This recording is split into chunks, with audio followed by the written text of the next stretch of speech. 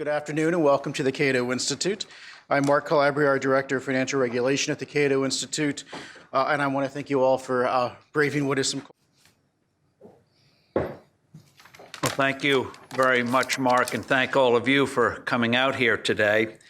It is an honor to introduce Nathan. He is author of two books, actually, on this subject. One was in 2007 called Gold and the Once and Future Money, and his new one, Gold, the Monetary Polaris. Together, they're the two finest books on the subject of money and gold that you're going to find. Together, they're superb and comprehensive. They're very easy to read, which to lay people is a godsend. They're primers, they're histories, and they're how-to books. How do you do a gold standard? The other day, Nathan observed that if tomorrow, which would never happen, but let's fantasize for a moment, the president said we should have a gold standard, it wouldn't work because no one knows there how to do it. They would make a total hash of it. So that's why this book is so important. Both books together, they're an enormous service. And it starts with the definition of money. For all the highfalutin talk about money, money, as Nathan emphasizes and a handful of others, simply makes it easier to do transactions with each other, infinitely easier than barter. So money is a measure of value, just as a scale is a measure of weight, clock a measure of time, a ruler a measure of length. And so in terms of gold, think of it as a yardstick, think of it as a ruler, and things become suddenly very, very clear. You can have coins if you want, but a gold standard just means you have a measure to make sure that they have a stable value for the money, just as when you go buy a pound of hamburger, it's 16 ounces, not 13, not 18, not 12. You don't have to worry about floating weights. You don't have to worry about floating scales. Imagine getting on a scale each day, and what does the pound represent? So instantly at the Federal Reserve, they deal with obesity by declaring that the pound is now 32 ounces rather than 16. Voila, we've lost a lot of weight. Not in the real world. It's just very, very distortive. As Nathan makes clear in his books, gold is not perfect, but it is the best thing that we have. In the laboratory of history, it is the only thing that works over time. And he has fascinating histories. For example, Holland. How in the world did a small country under the thumb of Spain, or trying to get out from the thumb of the Spanish monarchy, very poor land, underwater, literally. Their businesses weren't, but the country was always having to fight water, excess liquidity, you might say. And yet, and yet, because of sound money, they became a girdling empire. Britain was a second-tier nation till the 1690s. Britain had everything going for it. It had property rights, well established, had relative freedom of movement, going back to Magna Carta, had a very strong parliament. Contrast that with what happened in France when they had a revolt in France in the 1600s. The Fronde there was crushed by the center. In England, the parliamentary forces won, chopped the king's head off. And when the monarchy came back, they had more tussles, but ultimately Parliament triumphed. But Britain was still a second-tier nation. But in the 1690s, thanks to Newton, John Locke, and a handful of others, sound money came in, and it became the greatest, most powerful nation ever, until we came along, and we took sound money a step further, starting in the 1790s. So he deals with not only those histories, but the history of Japan. He deals with the Depression, what really happened there, Bretton Woods. He deals very brilliantly with misconceptions about trade. Trade has none, I'll be even more blunt than he is, since I'm not running for anything anymore. Trade has nothing to do with the value of a currency. It's about how you keep it stable. And so all this palaver about current account that we're reading now in emerging markets, I don't have too much hair left, but I pull it out. And he deals wonderfully with the myths of the gold standard. You hear economists today and you think that gold standard invented the bubonic plague and obesity and anything else that has you worried. But as he points out, during the classical gold era, the United States and other countries had great growth. Industrial production, I think he pointed out, between 1870 and 1913, 682%. So all this stuff about gold being so terrible, And he deals with myths of the monetary base. I mean, that's one thing a central bank can control. But then in his book, he makes a comparison to ETFs, exchange-traded funds. The shares can go up and down in terms of amount, in terms of keeping something stable, like GLD, the gold ETF. The shares can go up and down, trying to make sure that the fund tracks the price of gold. Well, that's what you do in a gold standard. So he has this wonderful way of making things that can be immensely complicated into something that people can actually understand. He hits the neo-mercantilism of Keynesian monetarism, the idea that you can use money to direct an economy. You can use money to muck up an economy, but directing it like a thermostat's preposterous. He also discusses alternative currencies. Now, he hit hard in our columns in Forbes the Bitcoin because that kind of fluctuating value makes it useless as a currency. But what it speaks to is a thirst for alternatives to central bank fiat money. So in the Polaris, he took a step further from his first book and discussed various ways of doing a gold standard. There's not one be-all, end-all. There are various ways you can do this thing. And he explains it very patiently. So this formula is simple. Keep tax rates low, keep money sound, and good things will flow from it. So perfect that sophisticates can't understand it. So these books are perfect for us lay people. And Nathan is perfect for the battle of ideas. He doesn't like me to mention this, but he's descended from Sumari warriors in Japan on his mother's side. And he's a perfect warrior for the battle of ideas.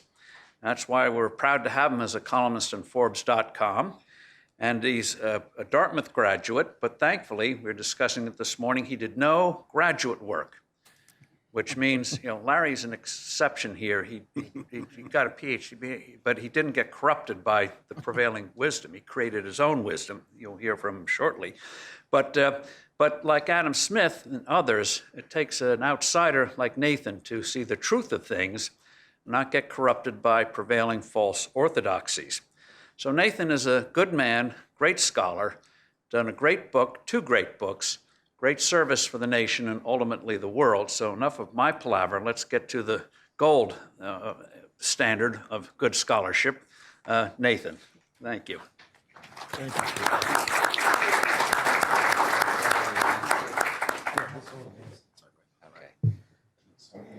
Thank you very much. That was a wonderful introduction.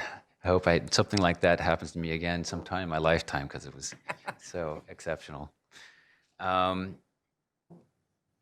I have a presentation for you today. This tends to be a very complicated topic. I try to have something where some of you might be coming to this topic to the first time in serious discussion, and want to have something that you can relate to easily. And also, like Larry White here, some of us have been thinking about these things for 20, 30 years and hope to have something that would excite and interest those people too.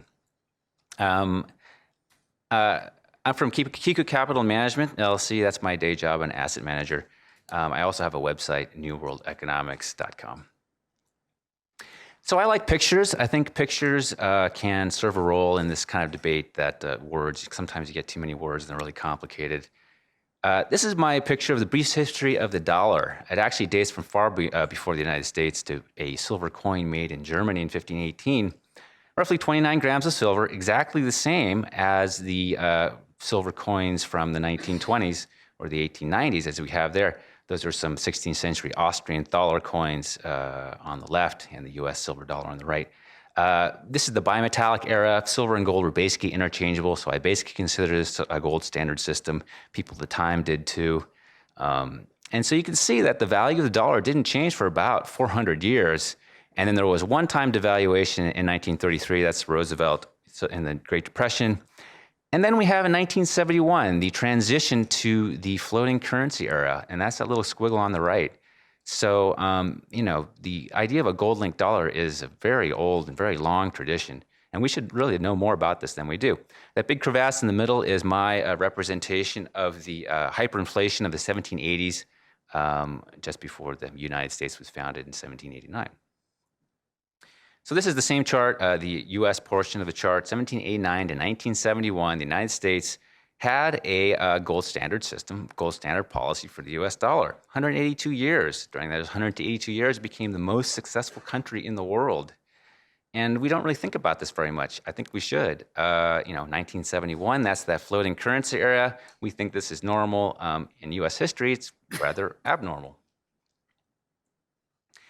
And of course, using gold as money people don't realize how old this is and how fundamental to human experience this is. It actually goes back to the very beginnings of human history. The Sumerian civilization, Mesopotamia, 4th millennium BC, they had gold coins and they used them, and they had silver coins too. Greek a gold coin from the 7th century BC, a Roman gold coin from the 1st century AD, Chinese, 6th century BC, they were using gold coins. Kushan Empire of northern India, gold coin from the 2nd century AD. And when the Spaniards discovered and then looted the New World, they were very happy to find that the Incas not only made jewelry out of gold, they actually made these rectangular ingots that look quite a lot like the rectangular ingots we make today and store in central bank vaults. So this has been around a long, long time, and it's not because of some superstition that everyone had the same superstition all around the world for 5,000 years. I say it's because it works. There's a reason why it works. And I think if there's one idea I think you could take away from some of this, it's the idea of there being two monetary paradigms, what I call the classical and mercantilist paradigm. People tend to mishmash them in their mind a little bit, but they're very contrary and very distinct. Let's go down some of the characteristics of the classical paradigm, the hard money paradigm. The rule of law, 23.2 troy grains of gold is $1, $20.67 an ounce. Stable currency value is the goal. You saw that straight line, right? Avoid government manipulation. Gold link enables stable money. It's a means to an end. Unstable money causes problems. Leave credit up to the free market. Interest rates left to the free market. Fixed exchange rates are good. You can't devalue yourself to prosperity. All kind of familiar things, nothing new. You heard it somewhere before. Let's go to the mercantilist paradigm, the soft money paradigm, the rule of man. Ben Bernanke, Janet Yellen, they make it up as they go along. Full employment is the goal. Constant government management of the economy and the currency. The gold link prevents management. They don't like gold standard system. Money manipulation solves problems. Haven't heard that before. Manipulate credit for macro effect. Interest rates are managed. Floating currencies allow adjustment. In the long run, we're all dead. Kind of a short-termy policy, Does anyone think QE is going to be good for the long-term benefit of the United States? Even Ben Bernanke might not buy that one. If you look at this characteristics of the mercantilist paradigm, it's very clear we have a mercantilist paradigm today, not the classical paradigm that we had in the United States for most of its history. People think that we use gold as money or gold as a basis of money because of superstition or habit or something. I don't think so. These people knew what they were doing. A currency, to be perfect, should be absolutely invariable in value. The classical paradigm, straight up. David Ricardo, Proposals for a Sound and Economical Currency, 1816. British pound is actually a floating currency at this time. Ricardo helped put him back on the gold standard in 1821. The individualistic capitalism of today, precisely because it entrusts saving to the individual investor, production to the individual employer, presumes a stable measuring rod of value and cannot be efficient, perhaps cannot survive without one. Stable measuring of rod of value. Steve Forbes was talking about that about 45 seconds ago. John Maynard Keynes, 1923. Mercantilism.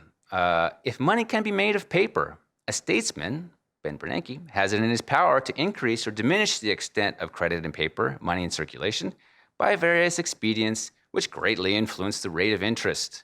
From these principles and others which naturally flow from them, may a statesman steer a very certain course towards bringing the rate of interest as low as the prosperity of trade requires. That sounds a little familiar. It's 1767. This stuff is old. It's been around forever. It wasn't invented by academics in the 20th century, even though they want to claim that, even though they probably don't even know about this history. So the gold standard system, we did it for 182 years in the United States. People did it around the world, basically until 1971, for hundreds of years. It is the foundation of capitalism, modern capitalism. For some reason, we don't know much about it.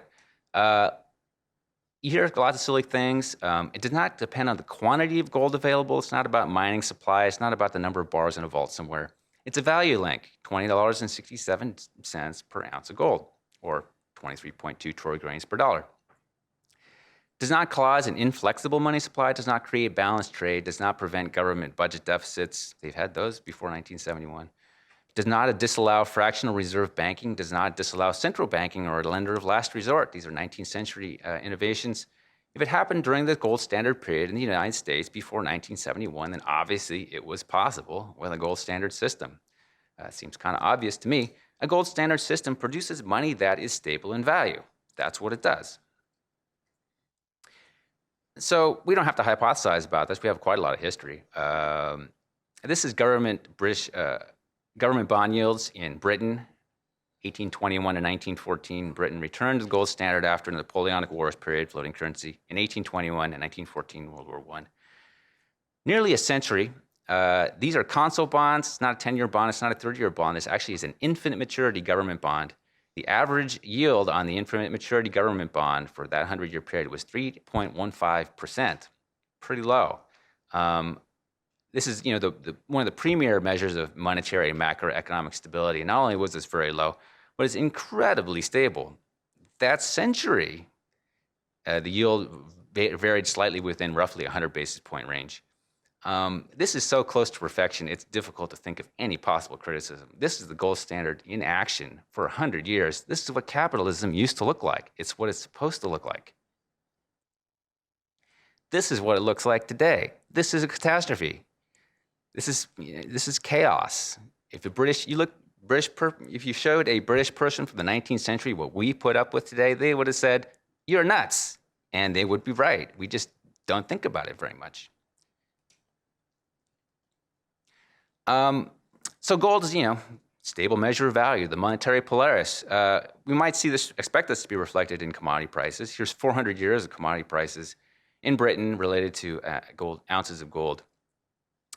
There's a little variation, but it's pretty darn flat, and some of the bigger humps and spikes are actually attributable to wars.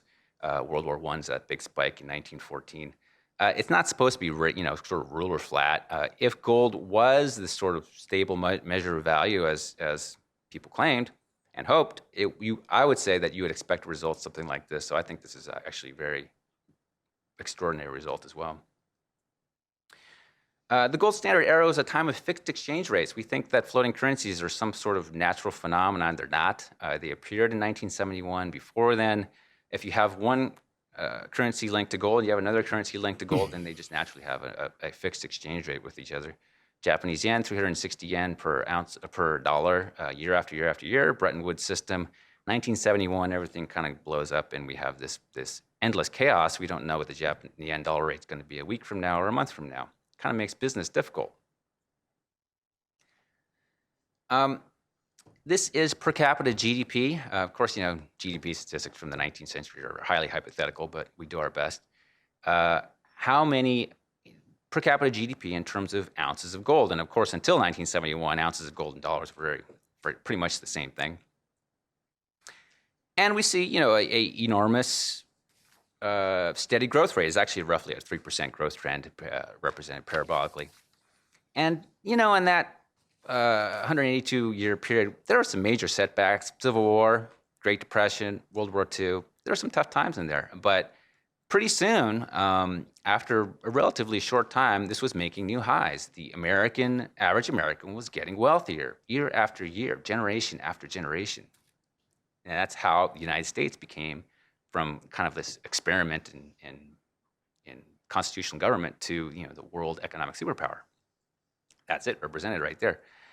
And the interesting thing here is that beginning in 1971 to the present, that 3% a year sort of parabolic trend disappears. We go into a pattern of stagnation and arguably decline. There was a recovery in the 80s and 90s, but you didn't make new highs. And now here we are, over 40 years after the introduction of mercantilist monetary approach to the United States.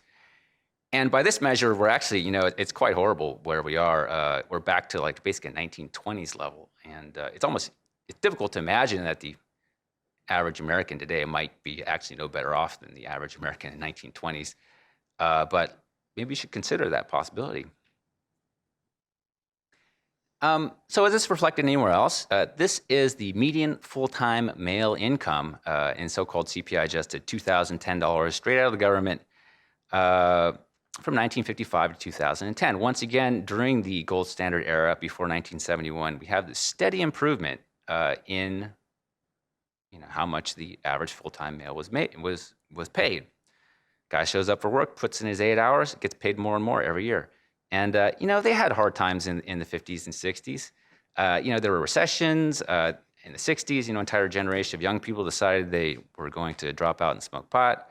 There was inner city unrest. White flight is tough. But nevertheless, this trend towards getting wealthier every year. By the way, the dates came out. The dates got a little messed up on this chart for some reason, but that's 1971, where that inflection. 72 is where that inflection point is. And then something happened, just happens to coincide with this major change in U.S. monetary policy. And then this stagnates for 40 years. For 40 years, U.S. workers not getting any wealthier. Oddly enough, this doesn't make very much of an improvement in the 80s and 90s, even though there was certainly some improvement in those years. And this is the government's data adjusted by the CPI. And as we know, they keep revising how they compute the CPI. And every time they revise it, it looks better than it would if they didn't revise it. And there's an economist, John Williams, who backs out all the revisions they've made since 1980. He says, well, let's just figure out the CPI the same way they did it in 1980 and forget about these innovations. And it turns out when you do that, this story of stagnation turns into the story of decline represented by that dotted line. And so, which kind of looks like that ounces of gold, per capita GDP in terms of ounces of gold chart we looked at. So maybe there's a little more to this than would appear. If you ask the average American family, median family, is maybe things getting worse year after year? They might agree with you on that one. So, 182 years, gold-based currency, classical approach in the United States. We became world superpower economically and militarily. 42 years of stagnation, decline. I don't need any more testing. For me, obviously we go back to the classical system.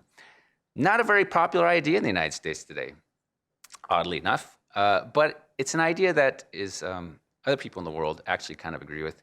This is President of Russia, Dmitry Medvedev, July 2009 at a G8 meeting, the World Currency meeting, holds up a half-ounce gold bullion coin and says, it's an example of a united future world currency. Isn't that interesting? So a lot of my new book is about the how, because you can say, yeah, go do it, and if no one knows how to do it, then it's not going to happen, right? There's a lot of variations of ways you can set up gold standard systems, but at some basic level, some foundational level, they all pretty similar to currency boards, this sort of automatic adjustment mechanism of currency boards. We have currency boards today linked to the dollar and euro. You can make a currency board linked to the euro. Can you make a currency board linked to gold? And yeah, you can. Here's Steve Hankey, familiar face around here. He's established currency boards in a number of countries worldwide. He's the guy who actually does these things. 2012, he says, yeah, you want to do a currency board linked to gold? No problem, not that hard. And so we can look at these existing currency boards and look at how they work. Here's the Hong Kong currency board with the dollar. They have this, and one characteristic of it, for some reason, the dates got messed up here. This is 6 months in the second half of 2010, daily data. And once you're seeing that daily adjustment mechanism, which is characteristic of all currency boards, it's automatic. There's no, like central bank policy board making these decisions.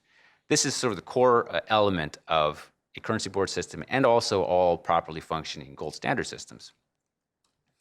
Another thing that uses very much a similar sort of system are these gold bullion ETFs, which have been very popular throughout the world. This is the shares outstanding of the GLD ETF. It increased by an enormous amount, very popular product. And we're seeing that sort of fine variation. It actually does go down to the daily scale. The natural automatic adjustment process inherent in a currency board or an ETF, and also any properly designed gold standard system. Well, once you see this, we know immediately that the base money supply, the shares outstanding, has nothing to do with gold mining, gold imports or exports, the balance of payments, interest rates, fiscal policy, unemployment, GDP statistics, all this stuff that people talk about. It doesn't work that way. Same is true of gold standard systems historically and potentially in the future. So the way humans basically learn, these are complicated topics. The way humans basically learn anything is they look over the shoulder of someone who knows how to do it. Whether you're fixing cars or selling bonds or whatever you're doing, that's how you do it. So let's look over the shoulder of the person who was without question, the premier institution of the pre-1914 gold standard era, the Bank of England. This is the Bank of England's balance sheet, abbreviated from 1720 to 1913, nearly 200 years. The British pound was the premier international currency in the world by the end of that period. The Bank of England was the premier institution that everyone wanted to imitate. The blue bars here are the banknotes outstanding, British pound banknotes outstanding. The red bars here are the gold bullion holdings of the Bank Reserves, the gold reserve. And as we see, this is annual data, but this is not some kind of smooth curve relating to mine production. There's lots of ups and downs here, kind of like those ETFs, kind of like those currency boards. It's a similar sort of system. There's not a lot of relation to the amount of gold they have in the vault. That's the red. In fact, the relationship between the two is that gray line. It's not a 100% reserve system. In fact, there's no stable reserve policy at all. It's kind of all over the map. It settles down a lot after 1845 because the Bank of England kind of came under regulation because they wanted things to be a little more stable, basically. That blue bar represents that floating currency period I mentioned before during the Napoleonic Wars. They went off in 1797, went back to a formalized gold standard system in 1821. 23 years of floating currencies. So, if you want to look at what a major international currency looks like as it goes from gold standard system to a floating currency system back to a gold standard system, we've done this before. It's not that complicated. So once again, we're going to look over the Bank of England's shoulder during its heyday. 1845 to 1913, people call this the heart of the classical pre-1914 gold standard system. The blue line is base money. By 1845, the Bank of England is, I would argue, operating very much like a modern central bank, where the deposits are the so-called bank reserves and operate much as a component of base money. And there it is. Once again, it's a wiggly line. It's very much like those currency boards and ETFs we looked at before, and you can just get an idea of how the thing actually worked. The Bank of England it was a very complicated system, is arguably overcomplicated. Sort of a simple currency board system would be a little different, but I would argue that the basic mechanisms were the same. We even have weekly data for the Bank of England. This is 2 years, 1904, 1905, a placid time. Weekly data. The top is that base money again, once again, wiggly line, that automatic adjustment mechanisms in action. The orange is the banknotes in circulation, and the black is deposits, so-called bank reserves. On the asset side, once again, this is not a 100% bullion reserve system. They had government bonds, they had other bonds, which is corporate and possibly foreign government bonds, and they also had direct lending, which is called, and discounting, which is called notes in this graph. Active in all four asset classes on a continuous basis. Like I said, it's probably a little overcomplicated, this system, but it gives you an idea of how the masters did it. Just look at it. You want to set up a gold standard system? You better learn, because that's what England looks like.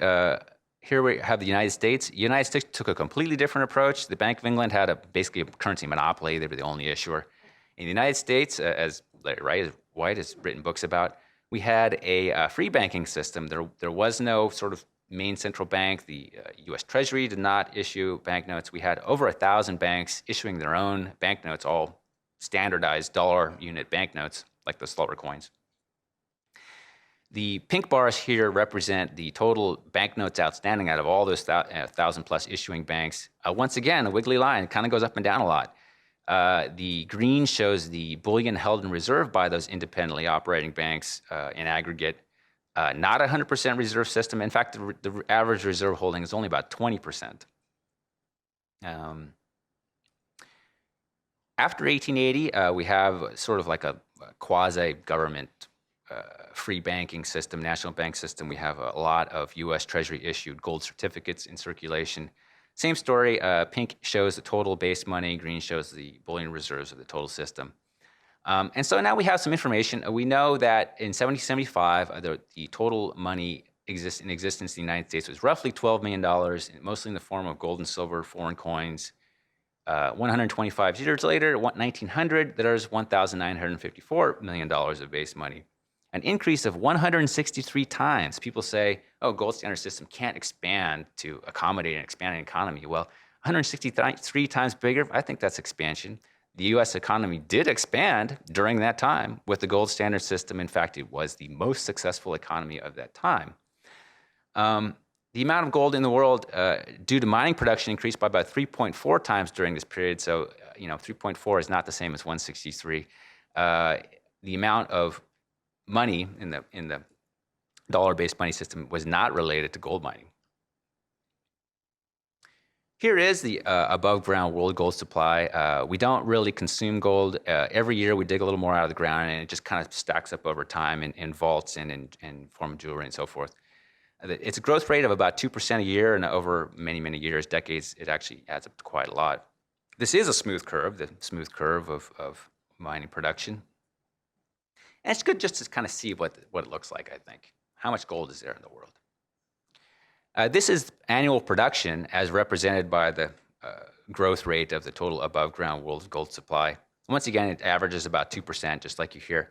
But I think what's important here is that it doesn't really vary by 2% by that much. There's a couple years above 3%. There's a few years below 1.5%. This is over 150 years of data. And so even in times of high production, the so-called gold rush periods, it's not like production goes up like 5 to 10 times or something like that. It goes up, from 2 to 2.5%. Who cares, right? And low production goes from 2 to 1.75%. So production has also been very stable during this period. This is the final 90 years of the gold standard system in the United States, 1880 to 1970.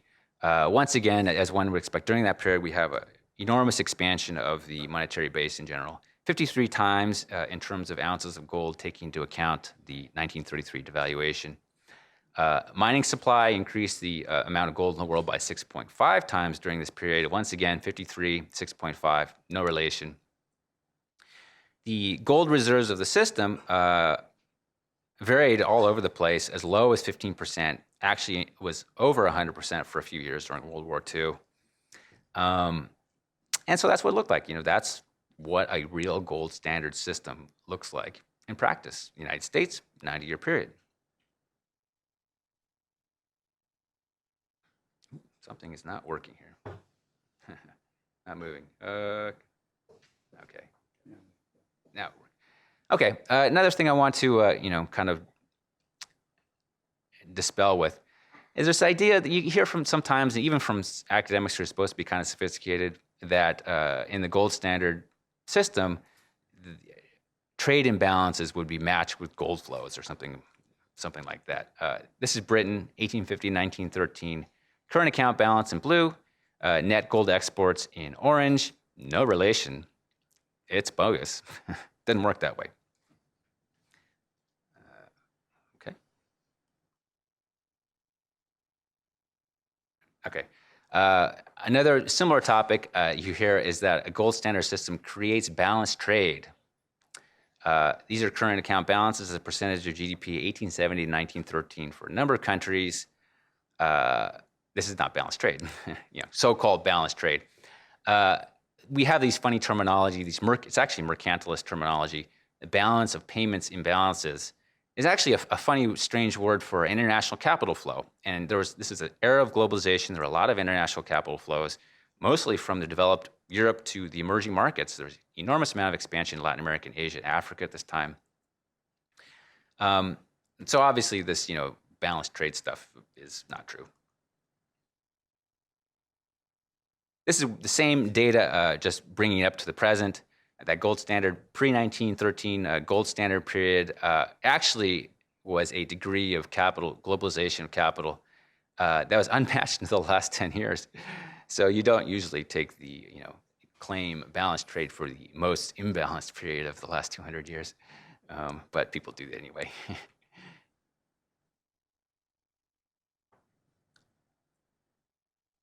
Okay, a last topic I want to deal with shortly is this, idea that we don't have enough gold. Well, you saw the above ground gold figures. We have a heck of a lot more gold today than we did in 1910. In fact, it's roughly 7 times more gold than we had in 1910. But even so, Bank of England, remember them? The premier institution of its time, British pound was the premier international currency. How much gold did the Bank of England have in its vaults compared to the total amount of gold in the world at the time? And it turns out that between 1845 and 1913, roughly a 70-year period, it averaged about 1.5%. Bank of England ran the world gold monetary system with 1.5% of all the gold in the world. And we have 7 times more now. How can that not be enough? Obviously, it's enough. So how might we get back to this sort of classical way of doing things? Well, you have to embrace the classical ideal of money. You have to abandon all this hope that you're going to manage the economy by jiggering with the currency and fussing with interest rates and all this stuff. And we've been doing it for 42 years, and you saw the results. Not that great, actually. So it's not something that's particularly difficult to give up. But I know what you're thinking. You're thinking, Fed, ECB, Congress, European Parliament, gonna just throw all that stuff out the window. Nah, I'm not really seeing it. I agree. But there are actually over 160 countries in the world. Most of them actually have already a monetary policy which is fundamentally classical in nature. Most of them have some kind of link with a major international currency, the dollar or the euro. They're either using the dollar itself. El Salvador, for example, doesn't have a domestic currency. They're using the euro itself. Actually, more than 20-something, almost 30 countries using the euro. They have a formal currency board arrangement. Dozens of countries have those. They have some kind of hard peg that's maintained with sort of this capital controls and stuff, like China.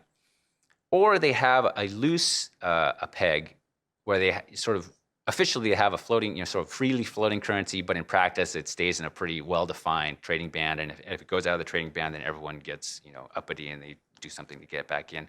Taiwan dollar, Korean won, Russian ruble, that sort of thing. And especially those countries that have a tight link or actually use the euro, they don't have a domestic monetary policy. They don't have a central bank governing board that says, we're going to solve unemployment by moving the interest rate target from XYZ to PDQ. They don't have, QE and all this stuff. They just have a simple value link. If you have a currency board linked to the euro, politically, they're already in a classical framework. All you need to do is change your target from the euro to gold, and you're done. There's a reason they don't do this, because at the present situation, it would create too much disruption. But intellectually, they're almost there. Once you've adopted the classical view, your goals is to make the most stable currency possible, then the gold standard system is simply a means to end. It just slots right in. It's like, yeah, I'm obviously going to take the best solution. We know what it is. Bam, we're done. International agreements are not necessary. We kind of have this Bretton Woods fantasy. We're all going to get together and have some kind of thing like this. Doesn't have to work that way. It didn't work that way in the 19th century, as I document in my book. Countries can act independently. Large gold reserves are not necessary. We saw that in the case of Britain. Leadership likely to come from China, Russia, and Germany, not the United States. Medvedev and his coin, he's telling you what's going on. The first examples might be small countries like Panama, the Gulf states, the African countries. I say, the first country to uncork the first gold standard currency of the modern age might be Nepal. They have a history of gold and silver money, just as we do, just as every culture in the world does. It might be Nepal. It might be Pakistan. It might be Iran, which is having a little bit of fiat money trouble right now. It might be Venezuela. It might be Bolivia. It might be El Salvador. It might be Antigua. Who knows? Who knows what the political situation is like in those countries? They might be ready to go tomorrow. A parallel gold-based currency allows the easiest transition from today's dollar-centric world. I didn't talk about this. I have a whole chapter of it in my book, in that you don't necessarily have to take in the existing Costa Rican colon and transitioning to a gold standard currency. You can actually introduce another currency. You can have the existing fiat currency and have a gold-based alternative. I think this has quite a lot of promise. Bitcoin is one sort of example of that. You could have a private market Bitcoin-like gold-based alternative currency, which would be one way of doing that. But whatever the solution is, it's going to require government sanction. People think, oh, I want the government out of my money. Well, if they make it illegal and they do all kinds of, money laundering stuff and you can't use it, then you're going to need the government support at some level, basically. Free banking approaches can certainly work. We have a long history of free banking in the United States. It still exists in places like Hong Kong. You can do it that way. You can do it with a monopoly currency provider like Britain did. Each country is likely to choose its own unique path. The intellectual situation, the political situation, the realities for each country is different. What a solution that might be great for Germany might not be good at all for Cambodia, and vice versa. Let each country do it the way it wants to do it. There's 1,000 different ways that it will work. Thank you. That's what I wanted to say for today. I'm glad that gave me a chance to say it here. Gold, the Monetary Polaris, 2013, Gold Defense and Future Money. Little different kind of book. It's got a little different content. I think you might enjoy that too. My website is newworldeconomics.com. I got a lot of material there that's not in the book. And thank you for letting me speak today. And I think we have some time for a Q&A and so forth. Well, we're going to turn it over to Larry first, certainly one of the more sophisticated academics that I know. So let's let Larry take the podium and we'll have him offer a few comments. Great. Thank you, Nathan.